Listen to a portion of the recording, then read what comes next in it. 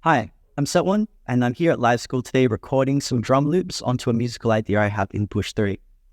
I've got the Shure SM7B plugged straight into the back, and I'll be using the fixed length loop mode to predetermine how long each loop will be before I record.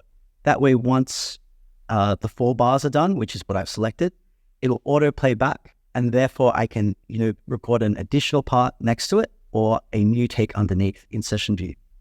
You'll also see me come over and click the quantize button after I record each loop.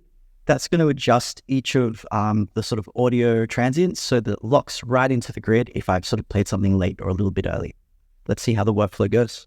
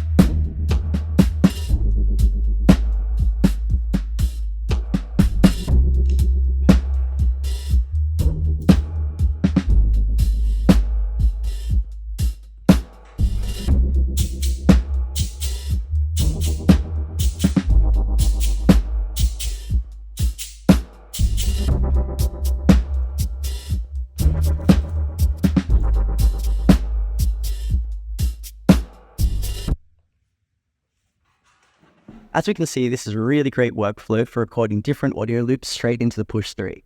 From here, I would suggest using audio devices like the drum bus to control your transients, or even echoes and reverbs to sort of create more space with your sounds. See how you go? I'm Setwun, thanks for watching.